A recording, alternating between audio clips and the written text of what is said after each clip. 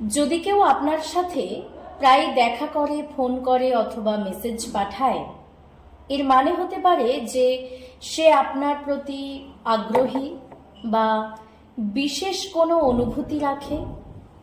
তবে আপনি হয়তোবা এই আগ্রহের প্রতি সাড়া দিতে চান বা নাও চাইতে পারেন। এই অবস্থায় আপনার অনুভূতির প্রতি সৎ থাকা খুবই গুরুত্বপূর্ণ।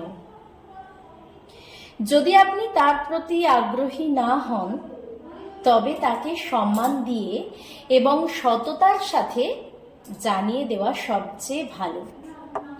কারণ সম্পর্কের প্রতি সৎ ও স্পষ্টতা খুব গুরুত্বপূর্ণ এবং একে অপরের সময় ও অনুভূতি অপচয় করার কোনো প্রয়োজন নেই। অন্যদিকে যদি আপনি তার প্রতি আগ্রহী হন, তবে সেটা সঠিকভাবে প্রকাশ করা উচিত, যাতে উভয়ের মধ্যে একটা পরিষ্কার বোঝাপড়া তৈরি হয়। এইভাবে সম্পর্কের শুরু থেকেই ভুল বোঝাবুঝি থেকে বাঁচা যায় এবং উভয় পক্ষই সুখী থাকতে পারে।